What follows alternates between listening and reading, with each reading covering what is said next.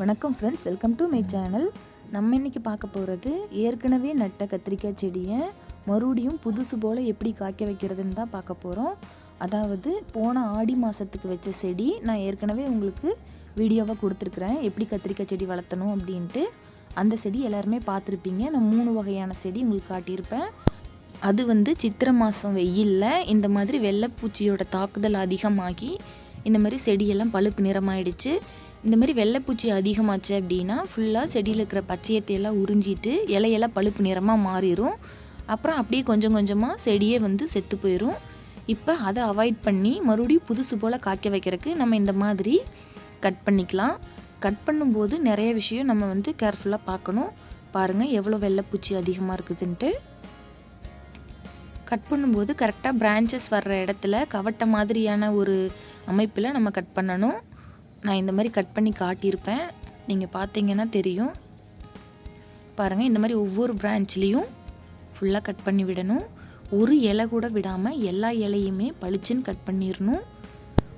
நம்ம ஒரு 10 செடி வச்சுருந்தோம் அப்படின்னா ஒரு சில செடியில் இந்த வெள்ளைப்பூச்சியோட தாக்குதல் இல்லாமல் கூட இருக்கும். அந்த மாதிரி இருந்தாலுமே நம்ம எல்லா செடியுமே ஒரே டைமில் கட் பண்ணி விடுறது தான் கரெக்டாக இருக்கும். அப்படி இல்லாமல் ஒரு சில செடியை மட்டும் கட் பண்ணிவிட்டு ஒரு சிலதை நம்ம கட் பண்ணாமல் விட்டுட்டோம் அப்படின்னா அந்த வெள்ளைப்பூச்சி அந்த செடியில் உட்காந்து அதை டேமேஜ் பண்ணிடும். அதனால நம்ம கட் பண்ணும்போது எல்லா கத்திரிக்காய் செடியும் ஒரே மாதிரி கட் பண்ணி விட்டுறணும்.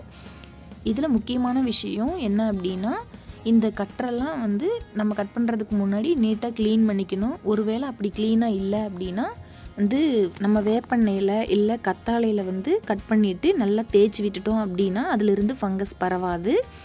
அப்படியே நீங்கள் எல்லாத்தையும் கேர்ஃபுல்லாக பண்ணினா கூட 10 செடி கட் பண்ணிங்க அப்படின்னா 2 செடி செத்து போயிடும். ஒரு 8 செடி தான் நல்லா தலையும். இது நார்மலாக நடக்கிற விஷயந்தான். நான் கிட்டத்தட்ட 10-15 செடி கட் பண்ணதில் 1-2 நல்லா க்ரோத் ஆகலை. நானே கட் பண்ணி போட்டுட்டேன். இப்போ 2வது செடி கட் பண்ணுறேன். இது கொஞ்சம் சாய்வாக இருக்குது. கொஞ்சமாக கீரை செடி வச்சேன், அது ஃபுல்லாகவே பரவி இந்த மாதிரி நிறையா கீரை செடி வளர்ந்துருச்சு. இது எல்லாமே ஒரு தடவை நான் கீரையை கட் பண்ணிக்கிட்டு க்ளீன் பண்ணி விடணும். இது பெரிய தொட்டி, 3 கத்திரிக்காய் செடி தான் இதுக்குள்ளே வச்சுருக்கிறேன். அதுக்குள்ளே அப்படியே கீரை நட்டால் இந்த மாதிரி வளர்ந்துருக்குது. நான் ஏற்கனவே இது காட்டியிருக்கேன். இது முள்ளு கத்திரிக்காய். ஒன்றும் 200 கிராம் 250 கிராம் அளவுக்கு காய்க்கும். அந்தளவுக்கு பெருசாக இருக்கும் இதோட காய்கள். மறுபடியும் அதே அளவுக்கு அதே சைஸுக்கு மறுபடியும் க்ரோத் ஆகிடுது. நான் இந்த வீடியோவோட கடைசியில் உங்களுக்கு நான் காய் காட்டியிருப்பேன். இது இன்னொரு செடி. இது ஆழம் வரைக்கும் வளர்ந்துருக்கும். இதோட க்ரோத் எல்லாமே நான் அந்த வீடியோவில் காட்டியிருப்பேன். நீங்கள் பார்க்கலைன்னா இன்னொரு தடவை செக் பண்ணி பாருங்கள். இந்த மாதிரி பிரான்ச்சஸ் எல்லாம் அழகாக கட் பண்ணிக்கணும். இதில் டேப்பராக கட் பண்ணணும், அப்படி கட் பண்ணணும், இப்படி கட் பண்ணணும்லாம் இல்லை. நம்ம கரெக்டாக இந்த மாதிரி பொளந்து போகாமல் கட் பண்ணாலே போதும். ஆனால் ஒரு இலை கூட விடக்கூடாது. பாருங்கள், நல்லா க்ளோஸ்அப்பில் காட்டியிருக்கேன். நிறைய வெள்ளைப்பூச்சி இருக்குது. இதுக்கு மேலே நம்ம விட்டோம் அப்படின்னா இந்த செடியை காப்பாற்ற முடியாது. இது இன்னொரு செடி. நான் ஏற்கனவே கட் பண்ணி விட்டேன், ஆனால் இது நல்லா தலையில். நான் இதை எடுத்துட்டேன். இது இன்னொரு செடி. அது பெரிய டப்பாவில் வச்சுருக்கேன். இது க்ரோ பேக்கில் வச்சுருக்கிறேன். இதுலேயும் 3 செடி தான் வச்சேன்.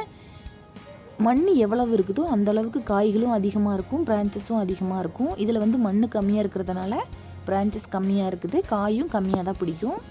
இதுலேயும் இந்த மாதிரி நமக்கு எவ்வளோ ஹைட் வேணுமோ அந்த ஹைட்டுக்கு குறைச்சிக்கலாம். இப்போ ஒரு செடி ரொம்ப ஹைட்டாக இருந்துச்சு அப்படின்னா நீங்கள் ஹைட்டை குறைக்கிறனா கூட கீழே குறைச்சி கட் பண்ணிக்கலாம். பாருங்கள், இது சின்ன செடியாக தான் இருக்குது, ஆனால் செடி நல்லாயிருக்கு. இருந்தாலும் நான் கட் பண்ணிடுறேன். நான் சொன்ன மாதிரி 1-2 செடி கூட நம்ம விடக்கூடாது. மறுபடியும் திரும்ப வெள்ளைப்பூச்சி இதுக்கும் வந்துடும். இந்த மாதிரி சம்மர் சீசனில் நம்ம கட் பண்ணி விடும்போது அடுத்த ஆடி பட்டத்துக்கு நமக்கு பிரச்சனையே இல்லை. மறுபடியும் புதுசாக செடி வைக்கும்போது இது காய் நல்லா வளர்ந்துடும். இது புளிச்ச மாவு, புளிச்ச மோர், இது எல்லாத்தையும் நம்ம இந்த செடிக்கு கொடுக்கறது நல்லா நுண்ணுயிரை பெருக்கி மண் எல்லாத்தையும் சாஃப்டாக்கும். இது புளிச்ச மாவு நான் தண்ணியில் கலந்து செடிக்கு ஊற்றிக்கிறேன்.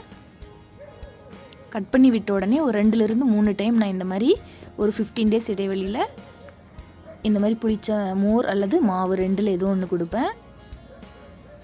பாருங்கள் க்ரோத் எப்படி இருக்குதுன்ட்டு. கட் பண்ணது எல்லாமே நல்லா தளைஞ்சிருக்குது. இது முள்ளு கத்திரிக்காய் செடி.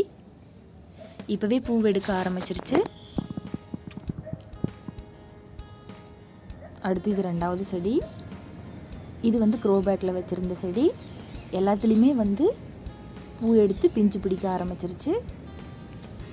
அடுத்ததாக நம்ம கவனிக்க வேண்டியது, செடி வந்து பழுப்பு நிறமானாலோ அல்லது ஏதாவது பூச்சி தாக்குதல் அல்லது காயில் வந்து சொத்தை இருந்துச்சு அப்படின்னா நம்ம அதுக்கு வந்து மறுபடியும் அதுக்கான ட்ரீட்மெண்ட்டை பண்ண வேண்டியிருக்கும். பாருங்கள், இதில் வந்து 1-2 காய்கள் பிடிக்க ஆரம்பிச்சிருச்சு. இது வந்து வளர்ச்சி இல்லை. இதுக்கு வந்து நம்ம என்ன பண்ணலான்னா, கொஞ்சம் மண் கொடுத்தா கூட இது நல்லா க்ரோத் ஆகும். ரொம்ப கம்மியான மண் இருக்கும்போது வேர் ஃபுல்லாக பரவிருச்சுனாலும் இந்த மாதிரி செடி டல்லாகிடும். கிளறி விட்டுக்கிறேன். இப்படி கிளறது மூலமாக வேரெல்லாம் கொஞ்சம் லூஸ் ஆகும். பாருங்கள், இந்த மாதிரி 1-2 வேர் வந்தாலும் ஒன்றும் ஆகாது. நான் வந்து 1 கைப்பிடி அளவுக்கு வேப்பம் புண்ணாக்கு போட்டுக்கிறேன். வேப்பம் புண்ணாக்கு போடுறதுனால வேர் புழுவும் வராது, காயிலையும் சொத்தை இருக்காது. என்னோடய கத்திரிக்காய் எப்போவுமே சொத்தை இல்லாமல் ரொம்ப நீட்டாக இருக்கும். என்னோடய அறுவடை வீடியோலாம் நீங்கள் பார்த்துருப்பீங்க. ஒரு காய் கூட சொத்தை இருக்கவே இருக்காது, எல்லா காயுமே க்ளீனாக இருக்கும். இந்த மாதிரி 1-2 இலை பழுக்க ஆரம்பிச்சிருச்சு அப்படின்னா நம்ம வந்து இந்த மாதிரி சைடில் கொஞ்சம் கிளறி விட்டு ஏதோ ஒரு உரம் கொடுக்கலாம். ஒன்றா தொழு உரம் கொடுக்கலாம். அப்படி இல்லைன்னா வந்து உங்கள்கிட்ட என்ன உரம் இருக்கோ அதை கொடுங்க. பாருங்கள், இந்த மாதிரி அந்த பழுத்த இலைகளை எல்லாத்தையும் நான் கட் பண்ணி அதுக்குள்ளேயே போட்டுக்கிறேன். நான் வந்து எல்லாத்துக்குமே வேப்பம் புண்ணாக்கு தான் ஒரு கை போட்டு விட்டுருக்கேன். அதுக்கப்புறம் தொழு உரம் ஒரு தடவையும் கொஞ்சமாக மண்ணும் போட்டிருக்கேன். அதுக்கப்புறம் 15 டேஸ்க்கு அப்புறம் எடுத்த வீடியோ இது. இப்போ தெரியும் அந்த பழுப்பு நிறத்தில் இருந்த செடி இப்போ எப்படி க்ரோத் ஆகிருக்குதுன்ட்டு. உள்ளே இருக்கிற களைப்பூடுகளையெல்லாம் கட் பண்ணி வேரை மட்டும் கட் பண்ணி விட்டுட்டு அதுக்குள்ளேயே நம்ம போட்டுடலாம். ரொம்ப நிறைய இருந்துச்சுன்னா அது மேலே மண் ஒரு மூடாக்கு போட்டுக்கோங்க. அப்படி இல்லை அப்படின்னா அப்படியே கூட விட்டுக்கலாம். பாருங்கள், பூவெல்லாம் நான் க்ளோஸ்அப்பில் காட்டியிருக்கிறேன்.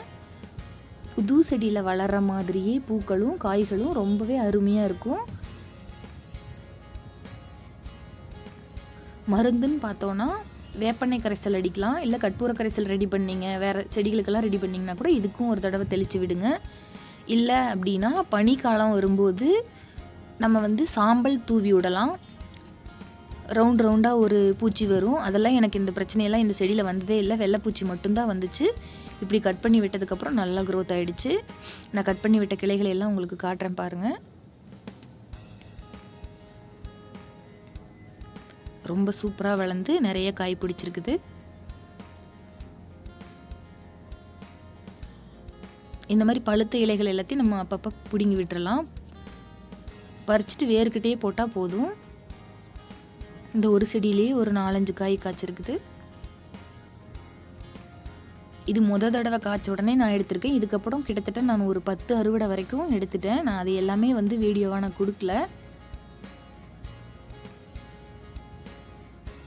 இதுலேயும் காய் இருக்குது பாருங்கள். இது வந்து பிஞ்சாக இருக்கும்போதே நான் பறிச்சிட்டேன்.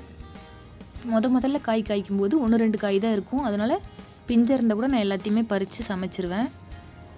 இந்த மாதிரி பழைய கத்திரிக்காய் செடியை கட் பண்ணி விட்டு வளர்த்துறது ரொம்ப ரொம்ப ஈஸி. நம்ம புதுசாக நாற்று நட்டோம் அப்படின்னா அது வந்து நிறைய டைம் எடுத்துக்கும். வளர்த்துறதும் கொஞ்சம் ஈஸியாக இருக்காது. ஆனால் இந்த மாதிரி ஏற்கனவே காய்ச்சிக்கிட்டு இருக்கிற செடியை கட் பண்ணி விடும்போது அது சீக்கிரமாகவே காய் கொடுக்கவும் ஆரம்பிச்சிடும். நமக்கும் பராமரிக்கிறதுக்கு ரொம்ப எளிமையாக இருக்கும். அதனால் பழைய கத்திரிக்காய் செடியை வேஸ்ட் பண்ணாமல் இதே மாதிரி கட் பண்ணி விட்டு வளர்த்தி பாருங்கள்.